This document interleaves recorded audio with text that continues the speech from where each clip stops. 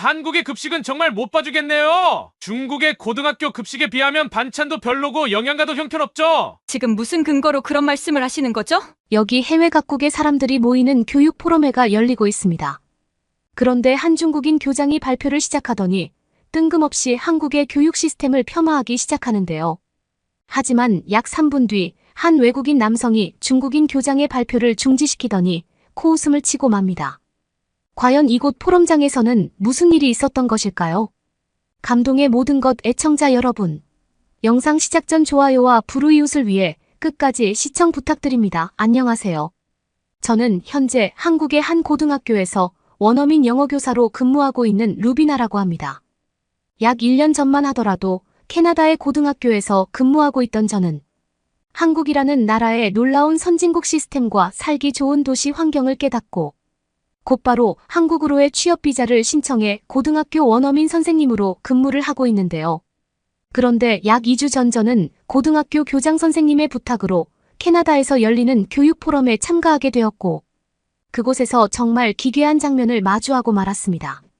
한국의 고등학교 대표로 포럼에 참석했던 저는 다양한 나라의 교육제도나 환경을 알 수 있다는 생각에 들떠 있었지만 실상 포럼장에 들어가자마자 제일 처음 마주한 것은 한 중국인 교장의 어이없는 발표였는데요.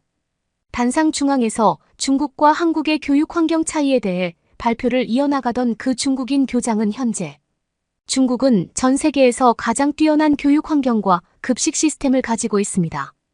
모두 중국의 특산품으로 만든 식사들이 얼마나 뛰어난지는 알고 계시죠?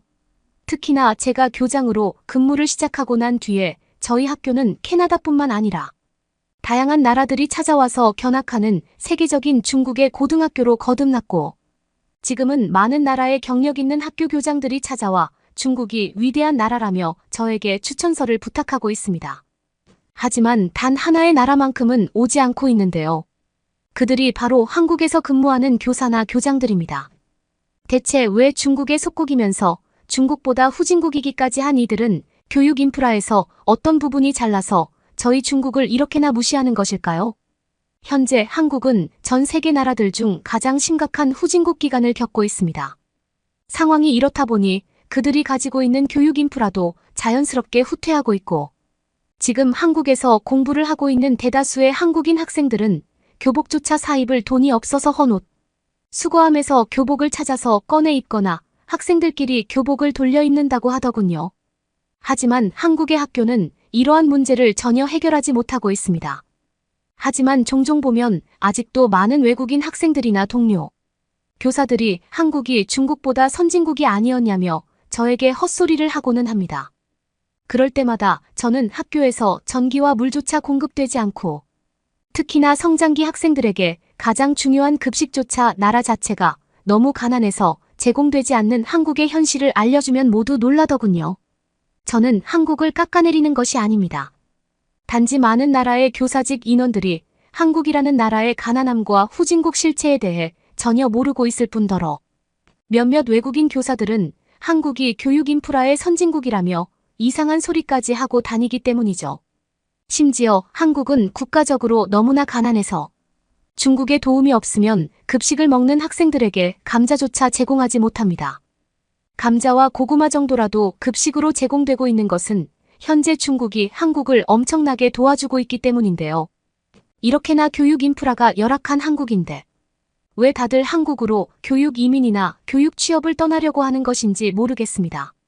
차라리 선진국 교육 인프라를 체험하고 싶다면 이러한 시스템을 모두 뛰어넘고 한국에 도움까지 주고 있는 우리 위대한 중국의 고등학교에 오셔야죠.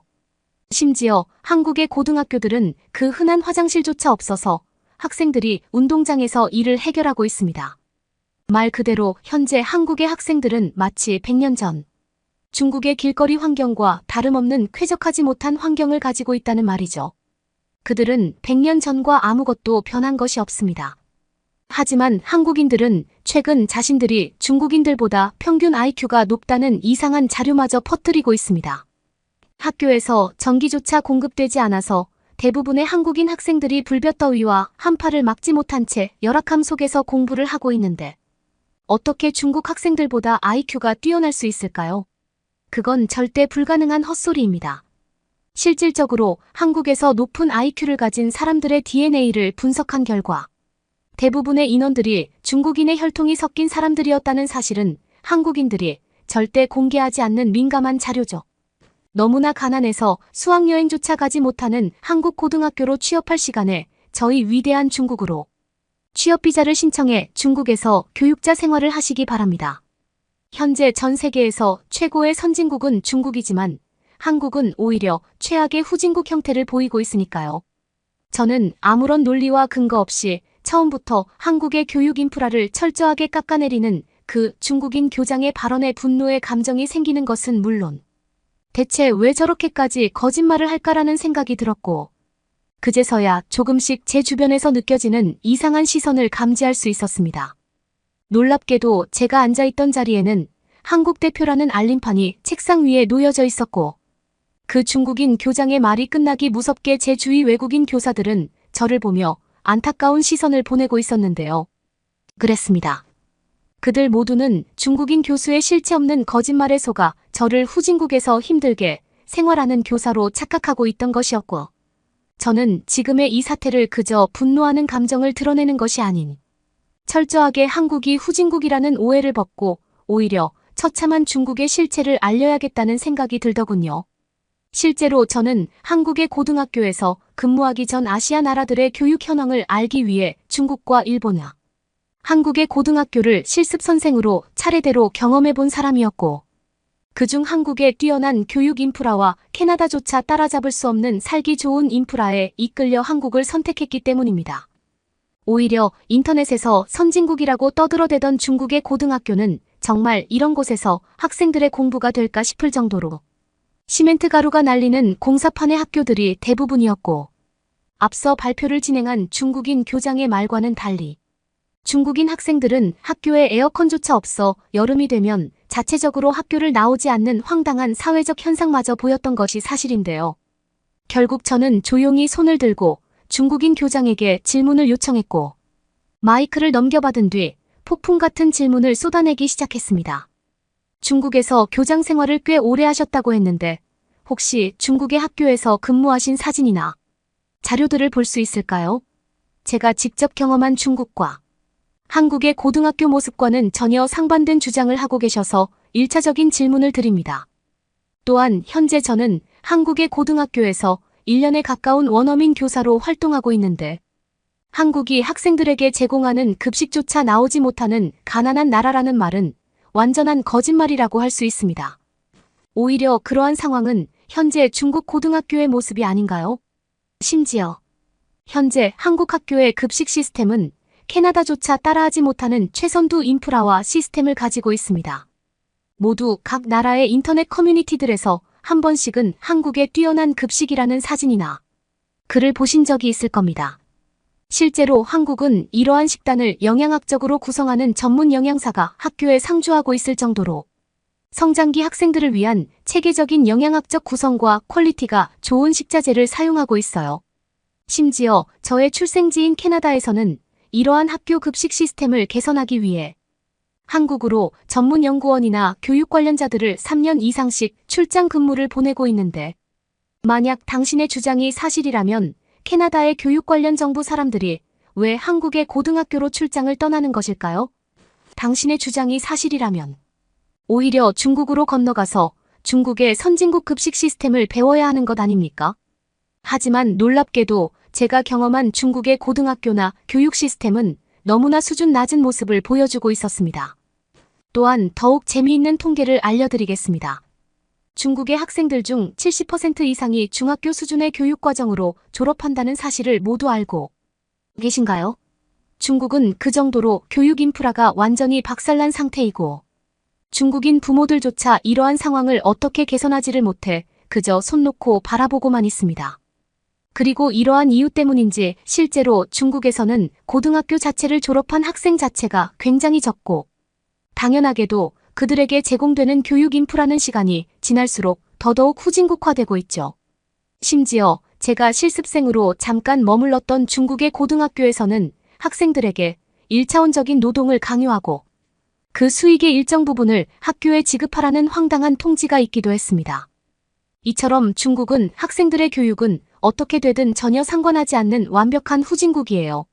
학생들에게 생산적인 비전과 미래를 제시해야 하지만 중국은 자신들의 1차원적인 노동 인구를 채우기 위해 학생들을 희생시키고 있는 것이죠.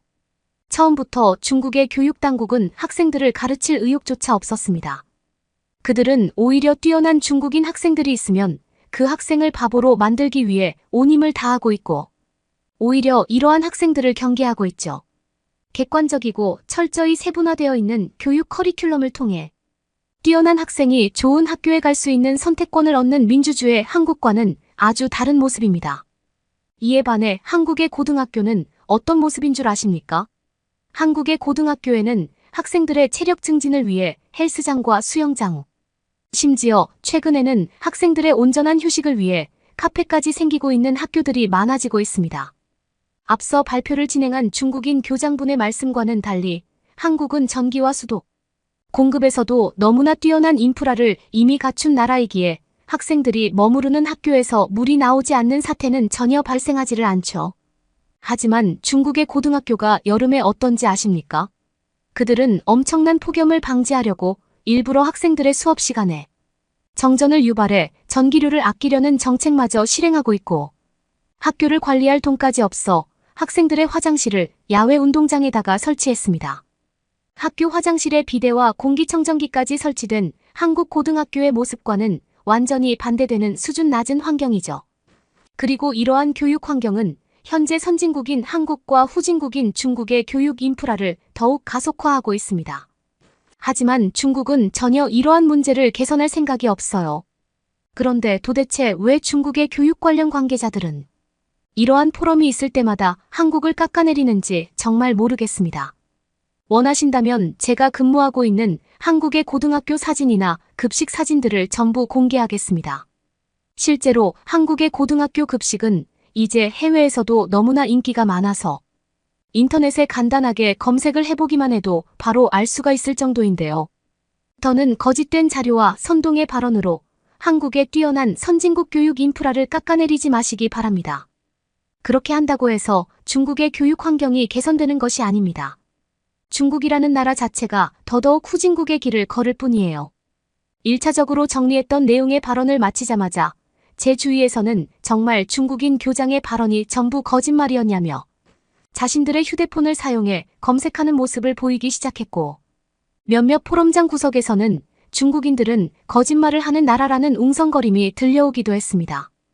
그런데 그때였습니다. 누군가 중국인 교장이 자리 잡고 있던 단상으로 나가 다시 마이크를 잡고 제가 거짓말을 했다는 반박 자료를 발표하기 시작했는데요. 그런데 저는 그 모습을 보자마자 무언가 알 수 없는 기시감을 느끼고 말았습니다. 자신이 중국의 고등학교를 실제로 다니고 있다던 그 중국인 학생은 저의 말이 전부 중국이라는 위대한 나라를 깎아내리기 위해 거짓말을 하고 있다며 자신의 중국 고등학교를 소개해주겠다는 말을 하기 시작했는데 너무나 우습게도 그 중국인 학생은 겉모습으로 볼 때 절대 학생처럼 보이지 않았기 때문인데요. 물론 노안으로 보이는 학생일 수도 있었겠으나 그 학생의 목주름이나 얼굴의 주름으로 볼 때 절대 고등학생으로는 보일 수 없는 신체적 결함이었고 그 순간 무언가가 제 머릿속을 스쳐 지나갔습니다.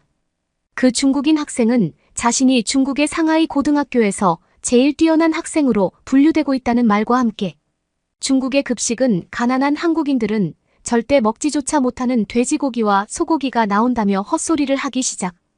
저는 속으로 너무나 웃겼지만 더욱 확실한 반박을 위해 일단 그녀의 말을 들어보기로 했습니다. 저는 현재 중국의 고등학교에서 위대하고도 뛰어난 교육 복지를 받으며 공부를 하고 있는 평범한 고등학생입니다. 저의 교장 선생님은 아니지만 저는 저 외국인의 거짓된 발언을 다시 바로잡기 위해 이 자리에 섰습니다. 중국의 고등학교에 에어컨이 없다고요.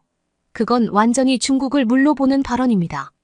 실제로 아직 중국에서는 몇몇 에어컨이 없는 학교들이 있습니다.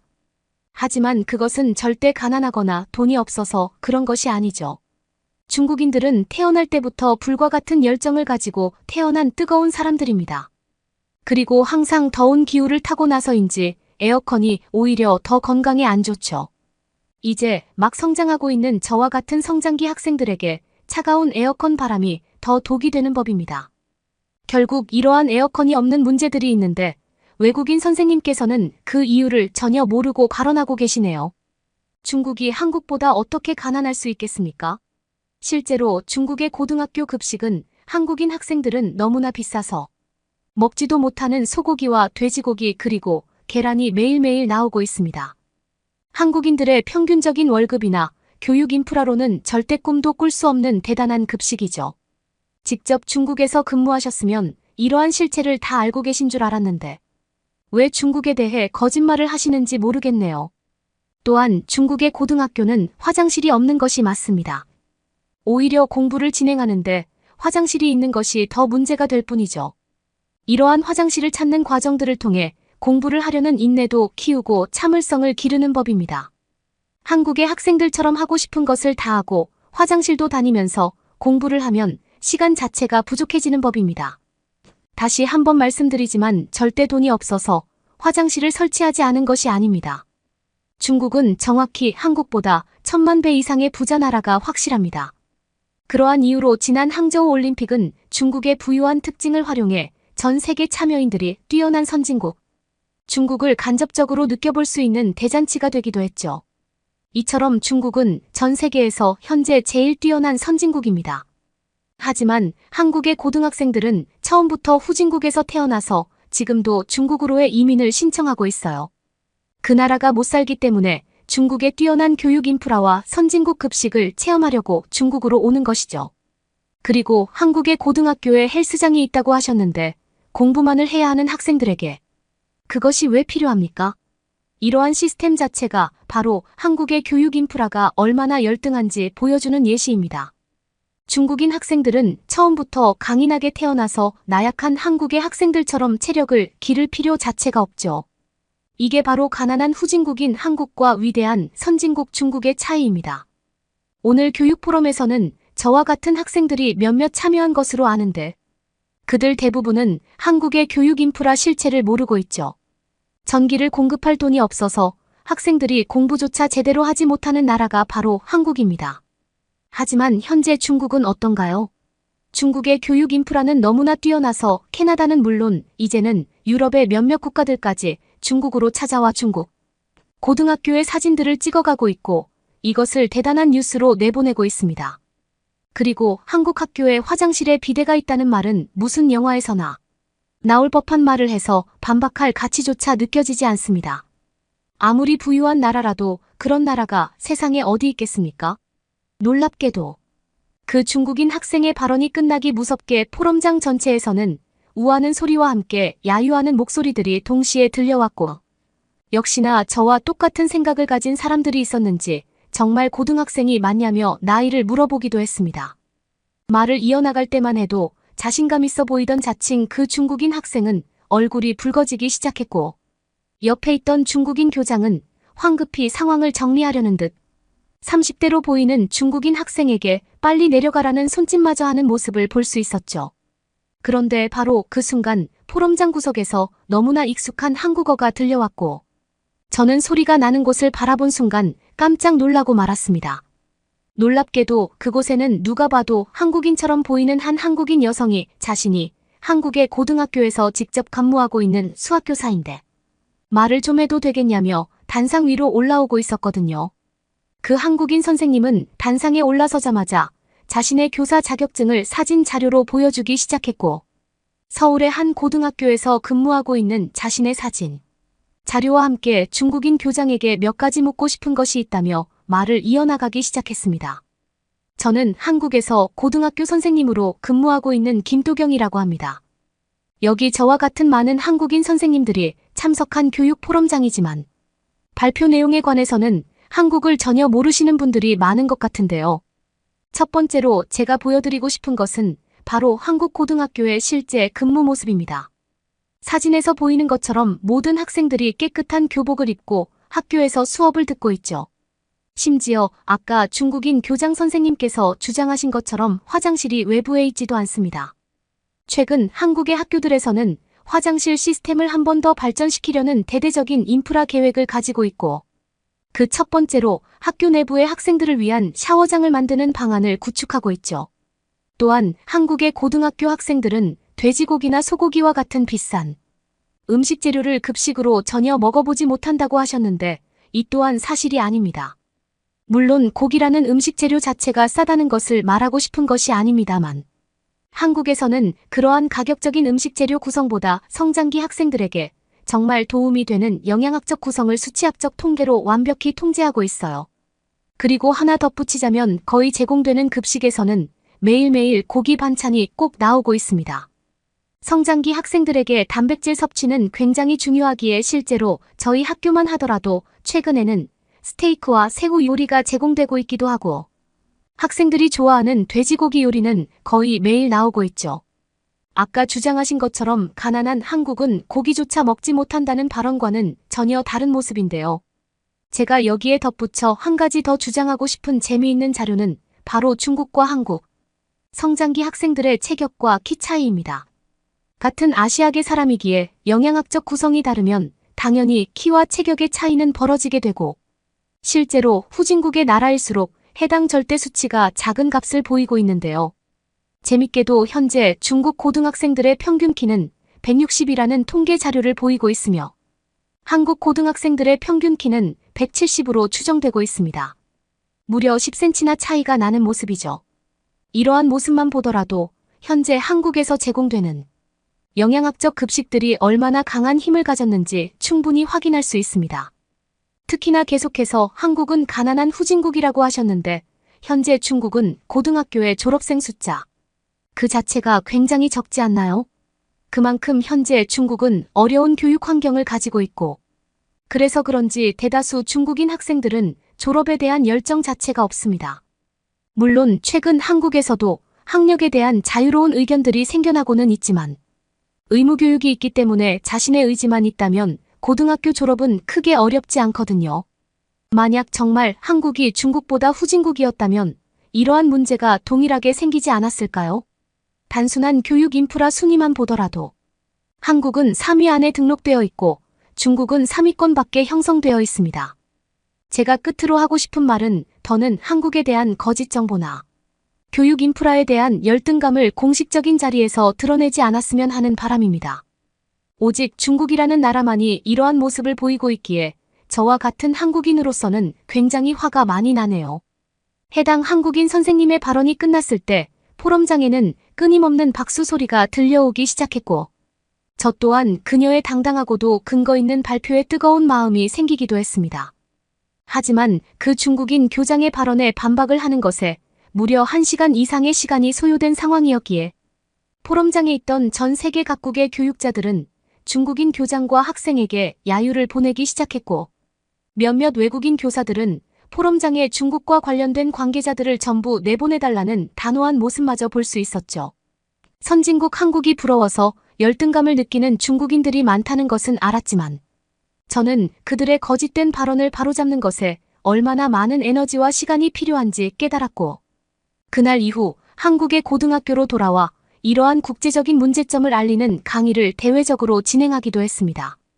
결국 한국이라는 선진국의 나라를 알게 되면서 제 삶에 뜨거운 열정이 다시 한번 생긴 것 같았고 이러한 부분은 바로 제 인생의 터닝 포인트가 됐는데요. 약 2개월 뒤 중국에서 새롭게 열리는 교육 포럼에 참석하게 된다면 저는 아마도 제일 처음 나서서 한국의 선진국 교육 인프라와 제가 근무하고 있는 학교의 사진 그리고 한국 급식의 위대함을 먼저 알려보려고 합니다. 저 스스로 먼저 행동에 옮김으로써 중국인들의 거짓된 선동을 효율적으로 막을 수 있으니까요. 혹시 제가 추가적으로 한국의 위대함을 알릴 만한 것이 있으면 댓글로 부탁드려요. 그러면 다음 사연으로 넘어가겠습니다.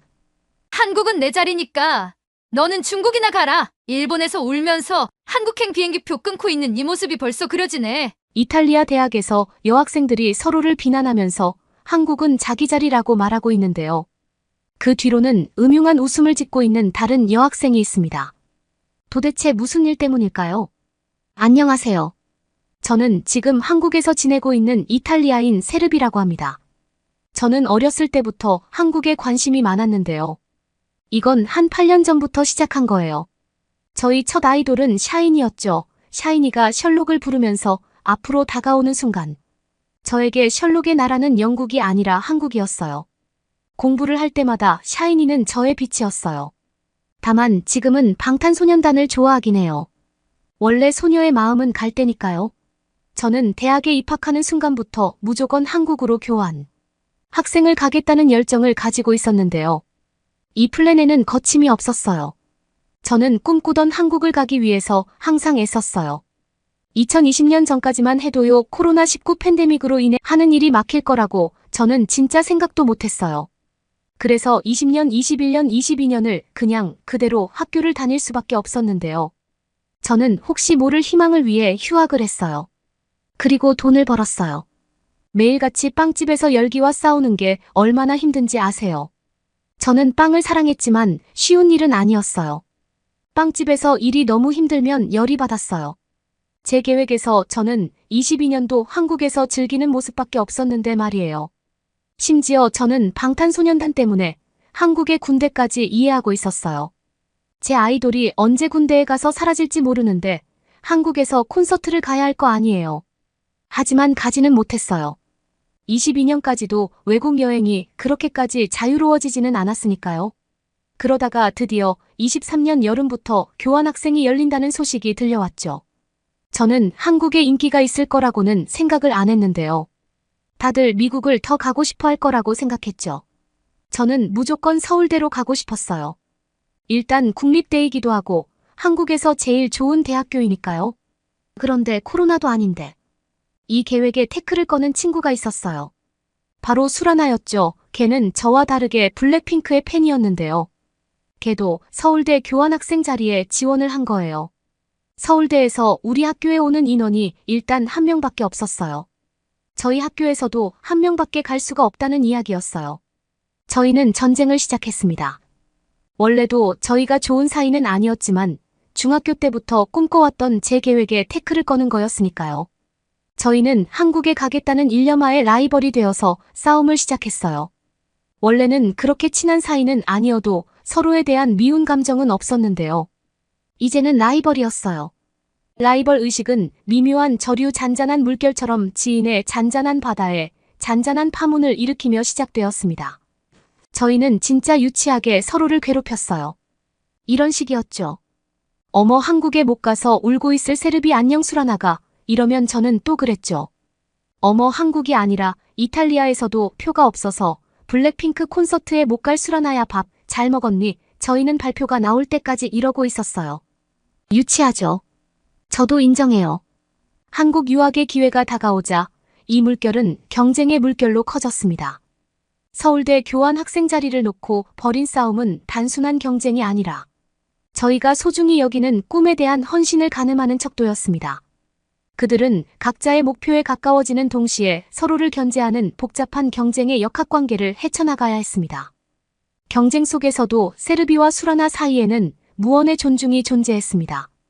두 사람은 서로의 내면에서 불타오르는 동일한 열정을 인정했습니다. 이 대회는 두 사람이 오랫동안 간직해온 꿈을 실현할 수 있는 기회가 걸린 동등한 싸움이었습니다. 하지만 운명처럼 라이벌전은 예상치 못한 방향으로 흘러갔습니다. 저희는 바보였죠. 저희 둘만 한국에 가고 싶어 할 거라고 생각한 거예요. 거의 만점과 다름없는 학력을 갖춘 세 번째 경쟁자가 등장하면서 역학구도가 바뀌었습니다. 그 1등인 친구가 합격해버린 거예요. 그 친구는 수줍게 웃으면서 말하더라고요. 나는 블랙핑크도 방탄소년단도 둘 다 좋더라. 저희 성적이 부족했던 건데 어쩌겠어요. 저희는 그때부터 술친구가 되었어요. 둘도 없는 절친이 된 거죠. 교환학생은 글렀으니까 여행이나 갔다 오자고 약속을 했어요.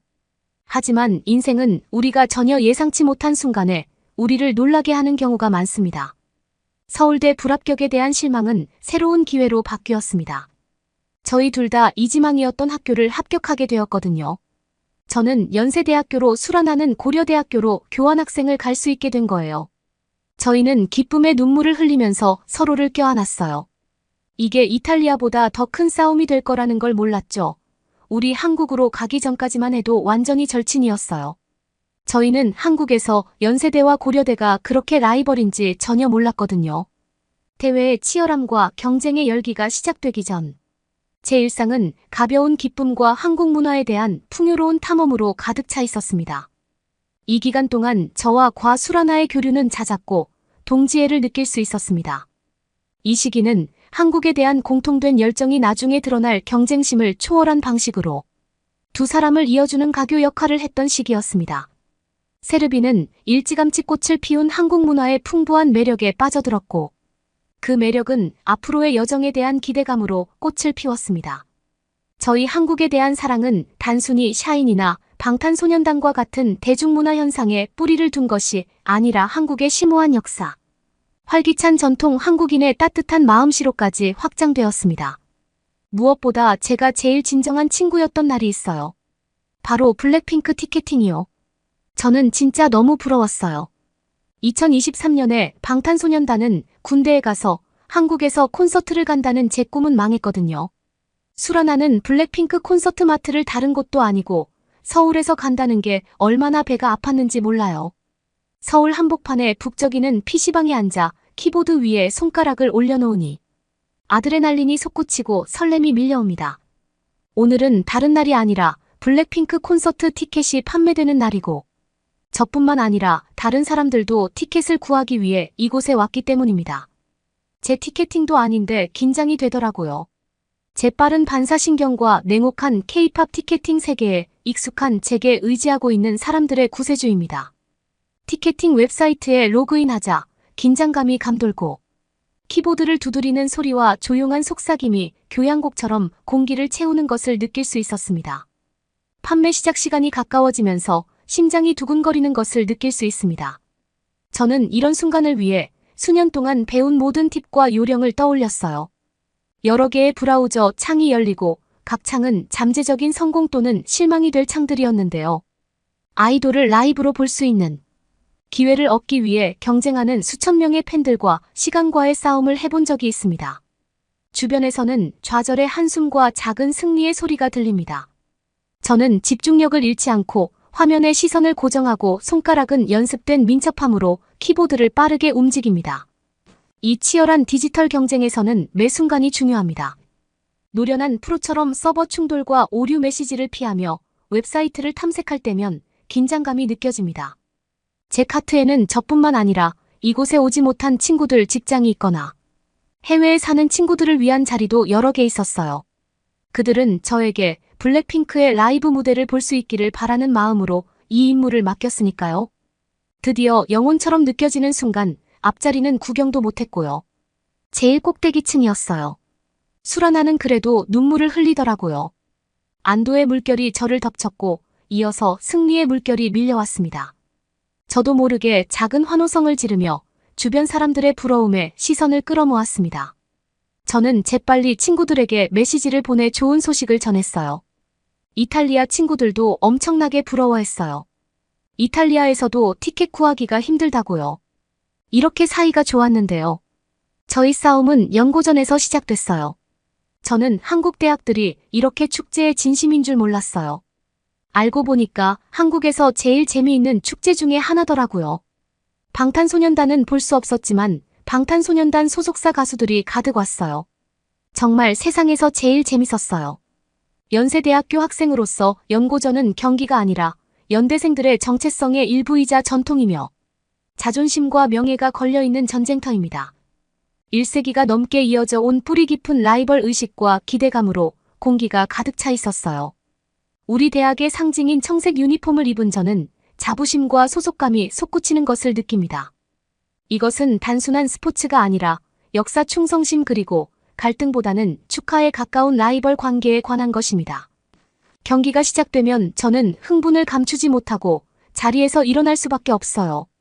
솔직히 이탈리아 대학교보다는 축구는 못하지만 그냥 진심이 되더라고요. 모든 응원, 모든 구호는 연세인으로서의 동료애와 정신을 보여주는 증거입니다. 우리는 단순히 우리 팀을 응원하는 것이 아니라 해를 거듭할수록 새로 쓰여지고 다시 쓰여지는 유산이라고 느꼈어요. 농구, 축구, 하키, 럭비 등 다양한 종목의 경기가 열릴 때마다 희열과 긴장의 물결이 넘실댑니다. 저는 푸른 바다 한가운데서 목이 터져라 함성을 지르며 모든 골, 모든 포인트를 마친 아예 승리나 좌절인 것처럼 느낍니다. 하지만 연고전은 단순한 스포츠가 아니라 하나의 문화현상이었어요. 먹거리 장터 경쟁을 초월한 일체감으로 축제 같은 분위기가 연출됩니다.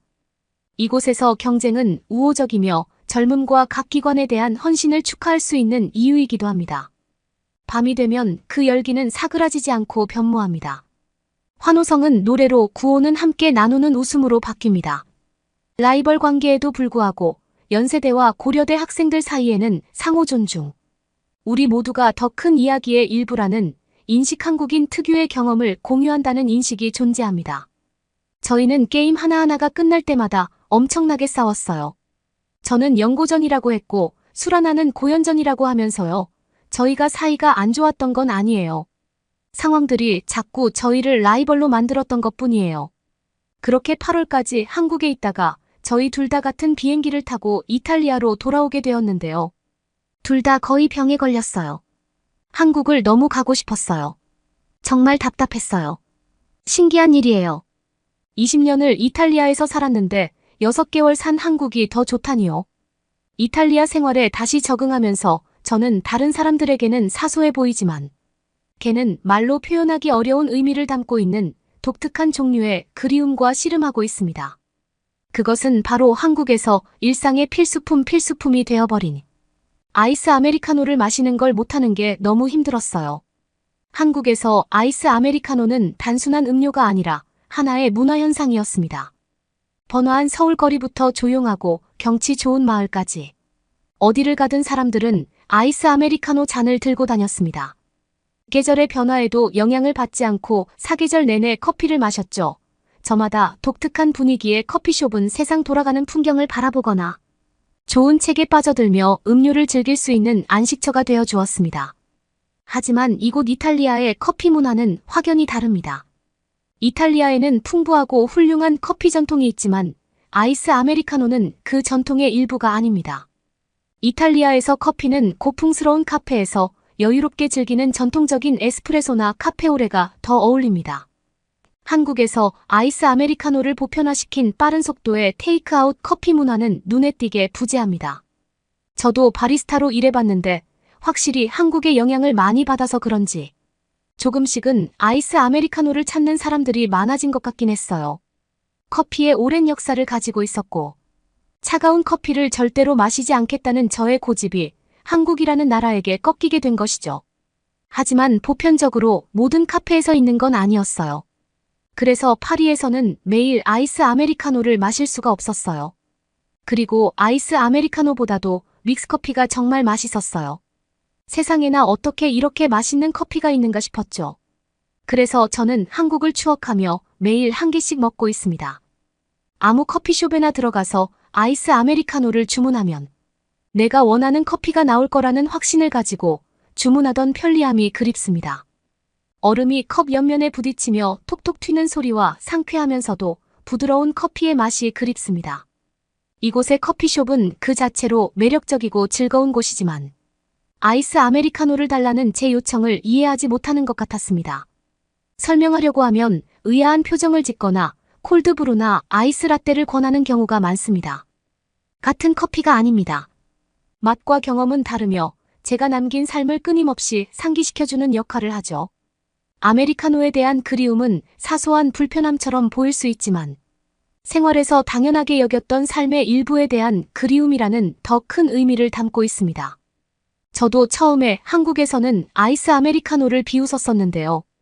한국에 6개월 살다가 돌아왔다고 에스프레소 말고 아이스 아메리카노만의 시원한 편안함을 즐기고 싶었어요.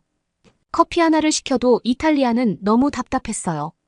이탈리아 생활에 다시 적응하면서 한국에서 살기 전에는 미처 깨닫지 못했던 일상의 한 측면, 즉 이탈리아의 악명 높은 느린 행정 처리 속도에 점점 더 좌절감을 느끼고 있습니다. 한국에서 저는 정부 서비스, 은행 업무, 대학 행정 등 모든 업무가 효율적이고 빠르게 처리되는 것에 익숙해져 있었기 때문입니다.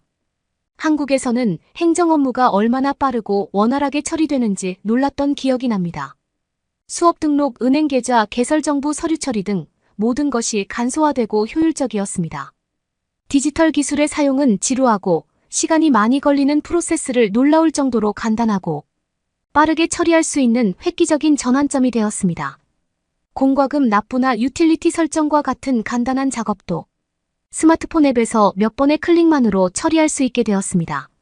하지만 이탈리아로 돌아가면 이야기는 완전히 달라집니다. 행정기계는 빙하처럼 느리게 움직이고 관료주의와 끝이 보이지 않을 것 같은 서류 작업으로 뒤덮여 있습니다. 아무리 사소한 일이라도 여러 번 사무실을 방문하고 오랜 시간을 기다려야 하며 종종 혼란스러운 문서 교환을 해야 하는 등 모든 업무가 엄청난 노력처럼 느껴집니다.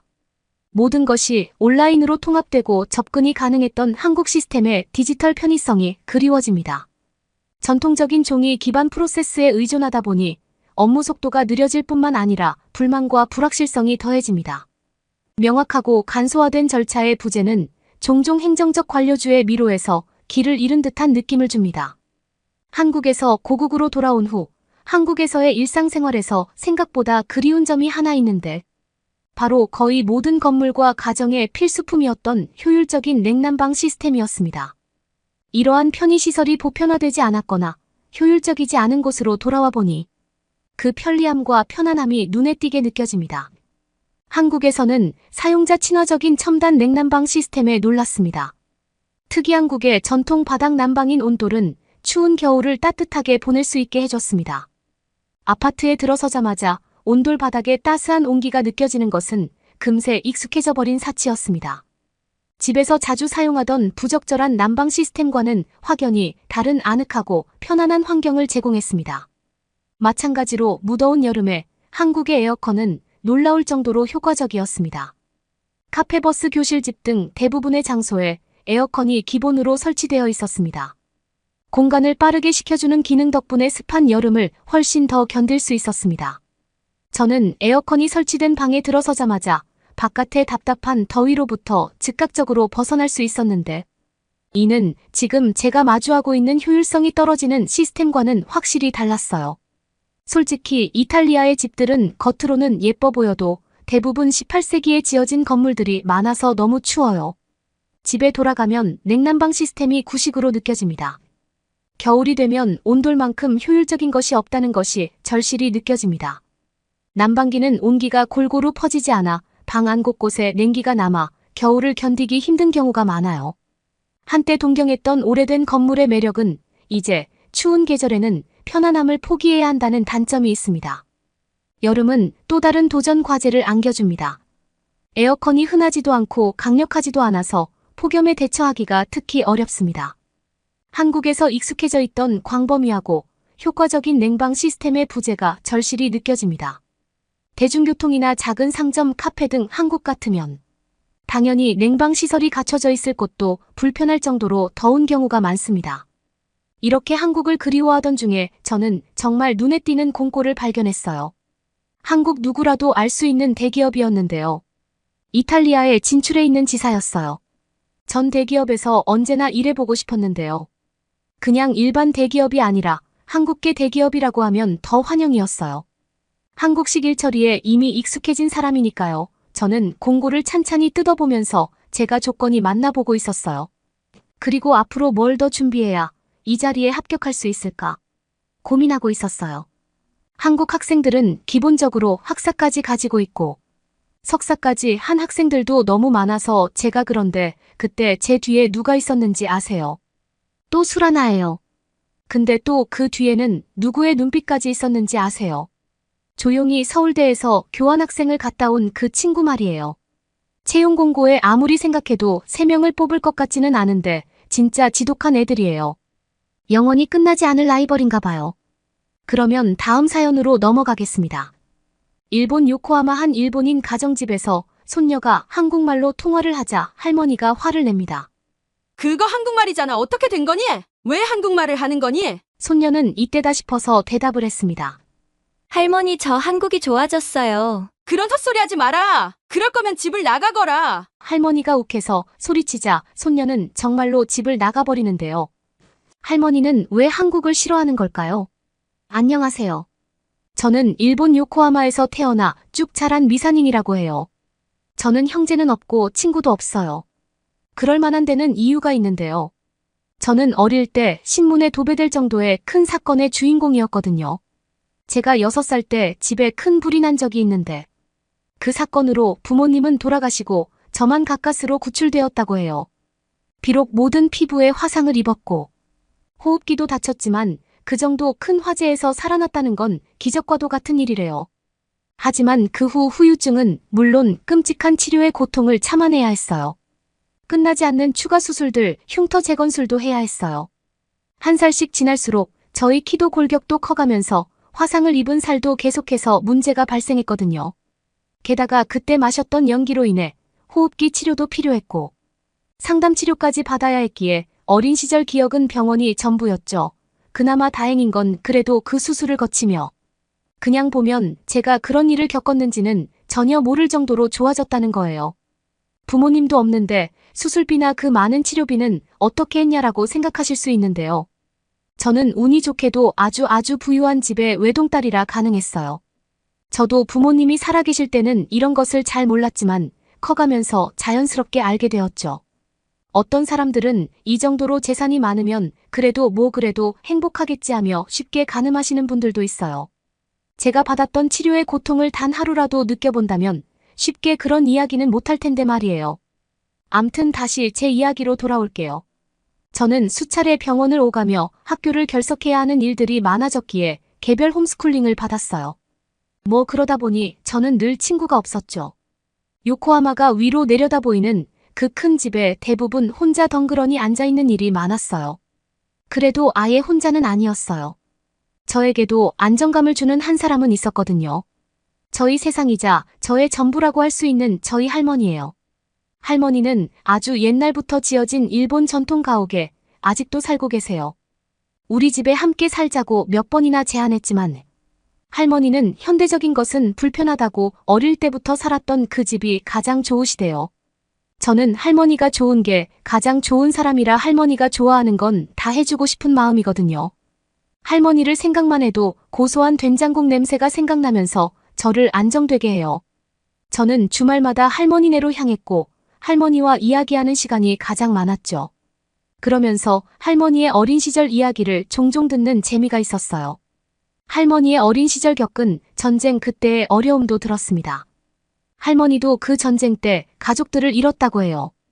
할머니와 저는 비슷한 아픔을 가지기도 했고 할머니가 해주시던 다양한 경험담에 어쩌면 대리만족을 했는지 저는 특히 할머니가 해주는 그 이야기들이 참 좋았어요.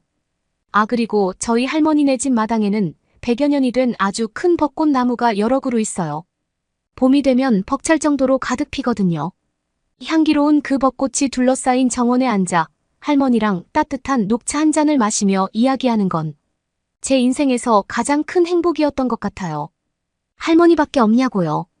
안 해요. 딱 한 사람 더 있어요. 유일하게 제 이야기를 할 수 있던 친구 바로 저희 홈스쿨링 선생님이요. 선생님은 아주 어릴 때부터 저를 가르쳐 주셨는데 대부분 집 아니면 할머니네에서만 보내는 제게 이제 너희 집이 아니라 새로운 우리 집에서 공부하자 제안하셨어요. 저에겐 이마저도 변화였죠. 누군가의 집에 놀러 간다는 건 처음이었던 것 같아요. 집에서 첫 수업날 들뜬 마음이어서 그런지 평소 수업 시간보다 너무 일찍 도착한 거예요. 선생님이 얼른 양치질만 하고 오신다며 방에 먼저 들어가 있으라고 하셨죠. 선생님의 집을 둘러보고 있는데 저 멀리 노트북에서 나오는 노래가 들렸죠. 저는 점점 화면에 가까워졌고 한 가수의 뮤직비디오를 본 순간 정말 태어나 처음 느껴보는 감정이 들었어요. 거기에 빠져버리는 건 불과 몇 초도 걸리지 않았던 것 같아요. 그 노래는 방탄소년단의 쩌러라는 노래였어요. 선생님이 K-팝 팬인 것은 알고 있었어요.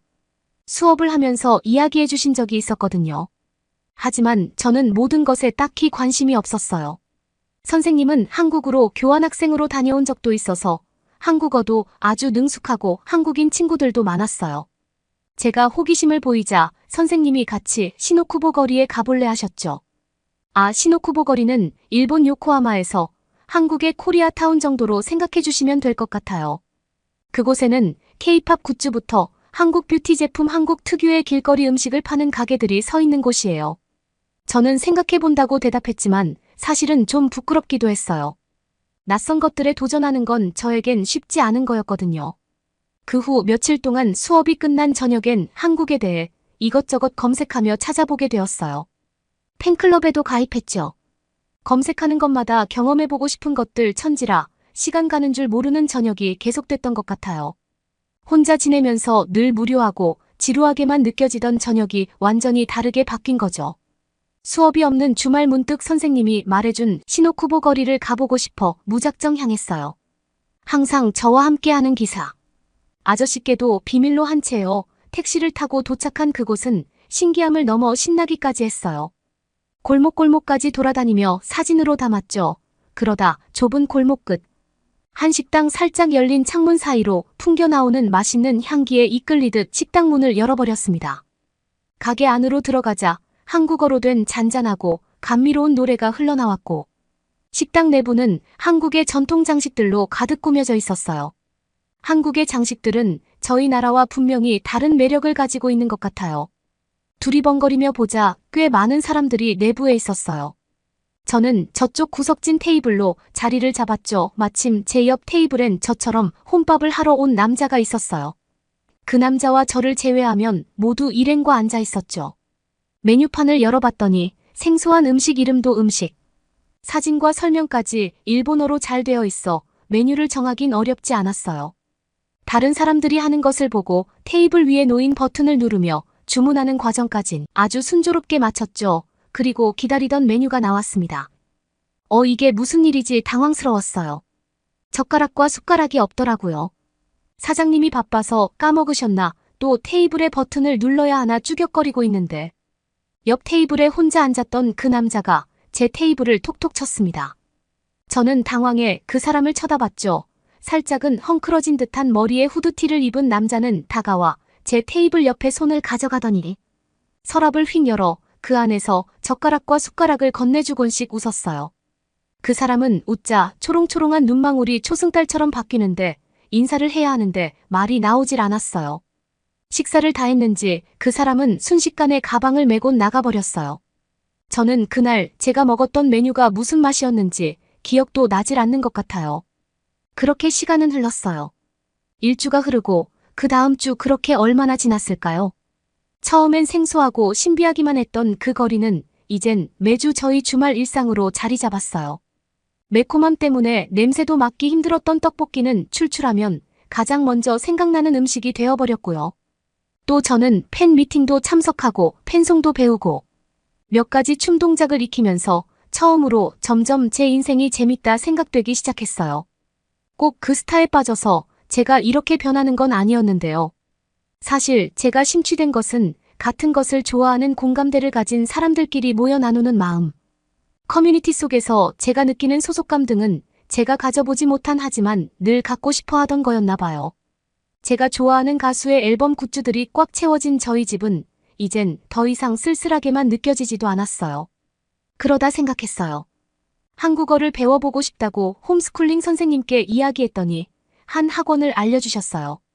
저는 바로 등록을 하러 갔죠. 첫 수업날 그 사람이다.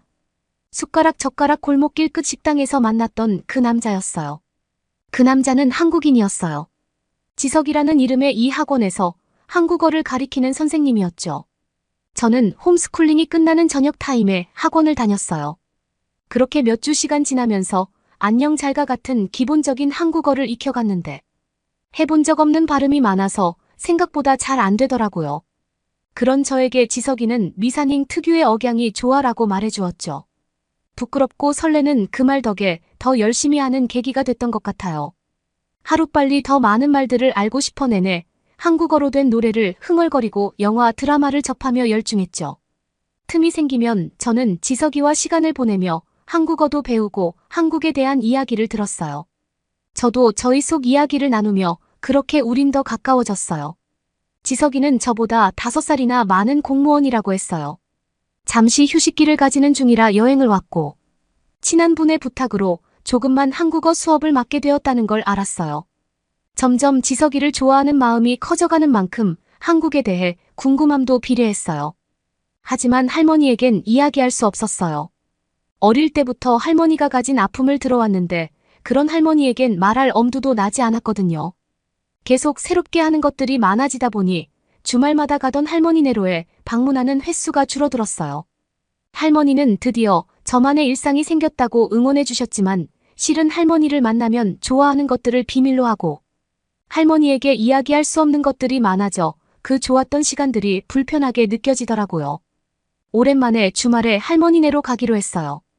할머니와 벚꽃나무를 바라보며 도란도란 오붓하게 보낼 생각만 하며 불편한 마음은 잊어버리자 되뇌었죠. 도착했는데 할머니가 외투 하나 걸치고 나오신다고 하셨죠. 저는 우리가 늘 마시던 녹차를 마시려고 준비하기 시작했어요. 그런데 저도 모르게 한국 노래를 흥얼거렸죠. 온종일 들으니 습관처럼 튀어나와 버린 거죠. 그때 그거 한국말 아니니 할머니가 목소리가 들렸어요.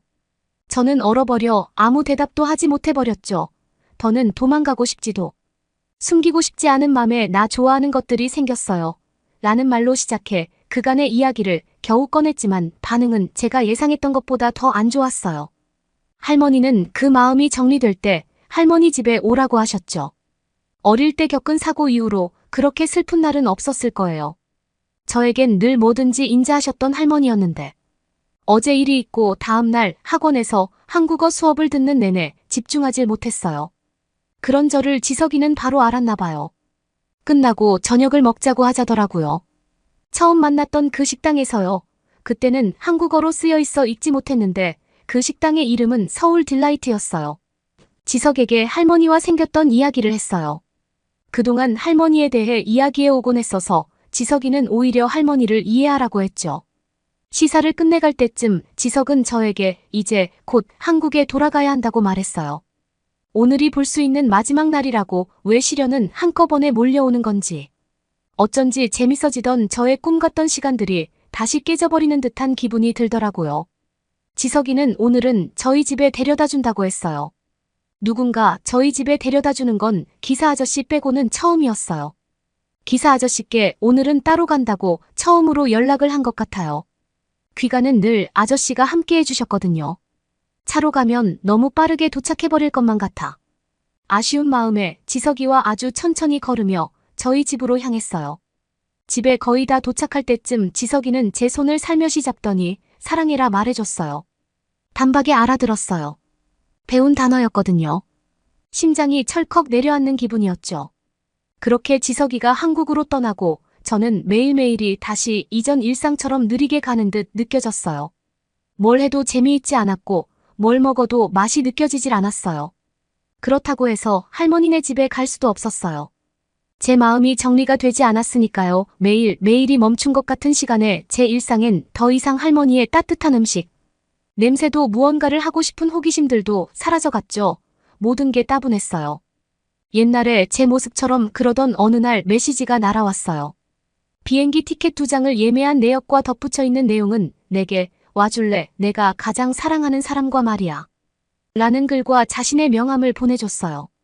더 이상 그리워만 하고 있을 수는 없었기에 순식간에 가방을 챙겨 바로 할머니네로 향했고 힘차게 질러버렸어요. 할머니 그냥 한 번만 져줄 수는 없어요. 할머니는 처음엔 절대 안 된다고 말하셨지만 처음 보는 제 표정을 읽으셨는지 만약 가서 더 싫어질 수도 있어. 그래도 정말 괜찮니? 물으셨죠. 저는 당연하다고 이야기했어요.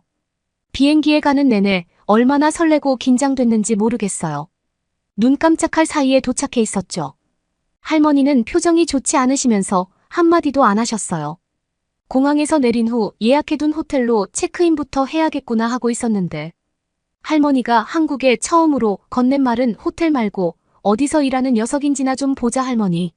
마음이 바뀌기 전에 얼른 택시를 잡아 지석이가 보내줬던 명함을 기사님께 보여드리고 출발했어요. 지석에게 연락을 보냈지만 바쁜지 답장이 오질 않았어요. 제발 읽어라, 제발 답장이 와라 하는 초조한 마음으로 어느덧 지석이 일한다는 곳에 도착했어요. 그에게 전화를 걸어도 그는 받질 않았고 어떻게 해야 하는지도 할머니에게 뭐라고 말할지도 몰라 대충 둘러댔어요.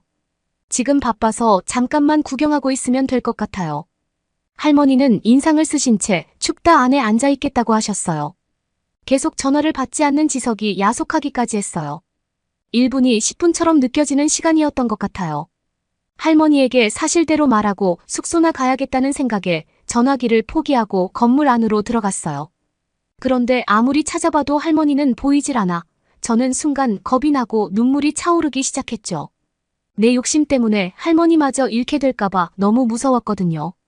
그렇게 한 걸음 한 걸음 할머니를 찾다가 익숙한 목소리가 들려 그곳으로 성큼성큼 걸어갔어요. 그 목소리는 바로 지석의 목소리였어요. 한국어 수업 때 들었던 지석의 일본어 목소리. 그는 일본인들에게 일본어로 설명을 해주고 있었어요. 할머니는 그 뒤편 의자에 앉아 계셨죠. 내가 사랑하는 사람의 목소리로.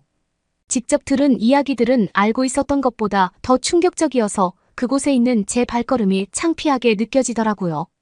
나중에 알고 보니 그곳은 서대문 형무소라는 곳이었어요.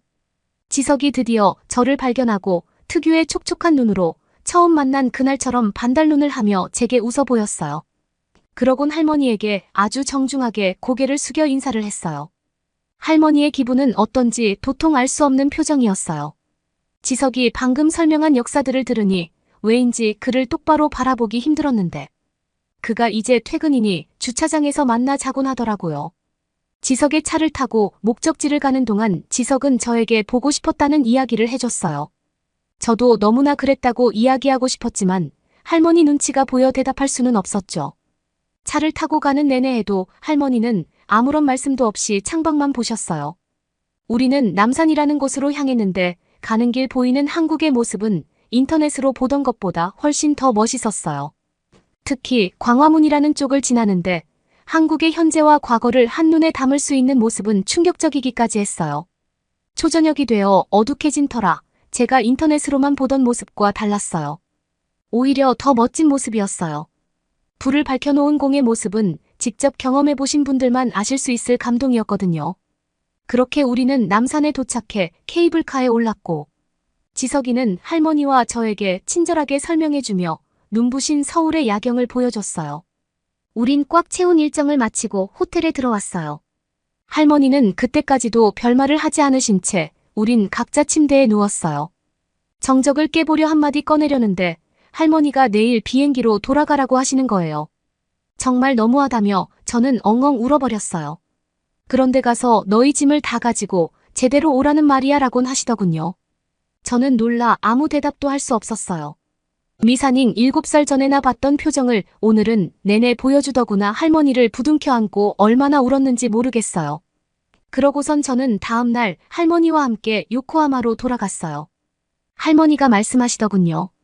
전쟁으로 사랑하는 사람을 잃은 건 모두 같더구나 라며. 할머니는 지석이에게 가장 추천해주고 싶은 한국 드라마를 알려달라고 하라며 웃어주셨어요. 정말 오랜만에 늘 제게 보여주시던 것처럼요. 그리고 결말이 어떻게 됐나 궁금하세요? 저는 지금 서울에 있어요. 여전히 미사닝스러운 발음은 고치지 못했지만 식당에서 젓가락 숟가락도 잘 찾고 한국어도 꽤 많이 유창해졌답니다. 저는 한국의 문화를 홍보하는 문화원에서 홍보대사로 근무하고 있어요. 저처럼 아무 도전도 못했던 사람들, 낯선 것들과 힘들어하는 사람들, 할머니처럼 갇혀있던 마음의 사람들 등 다양한 많은 사람들을 위해 살아가고 있어요. 물론 지석이와는 아침 저녁으로 만나 데이트를 하고 있어요. 바로 옆집에 살거든요. 그리고 다음 주 저희 주말은 또 바쁠 예정이에요. 할머니가 제주도에서 한 달 살기를 하고 계시거든요. 요샌 한식을 배우시느라 할머니가 더 바빠서 제가 할머니 시간에 맞춰야 할 지경이에요. 제 인생은 7살 이후 그 화제의 연기처럼 늘 매캐한 연기 속 같았거든요. 추억을 쏟아부은 가장 좋다는 치료들도 저를 완벽하게 아물게 하진 못하더군요. 하지만 이제 알았어요. 결국 제 마음의 새살을 돋게 해준 건 다름 아닌 사람의 사랑이라는 거요. 여러분은 어떻게 보셨나요? 응원과 격려의 한마디씩을 댓글로 남겨주시기 바랍니다. 사연자분들께 전달해드리겠습니다. 실제 사연 제보를 받고 있습니다. 채택되신 분께는 작은 선물도 보내드리고 있습니다. 저희의 사연이 여러분의 하루에 작은 힘이 될 수 있었으면 좋겠습니다. 감동적인 사연을 주변 분들과 이야기 나눠보세요. 더욱더 좋은 영상으로 다시 찾아뵙겠습니다.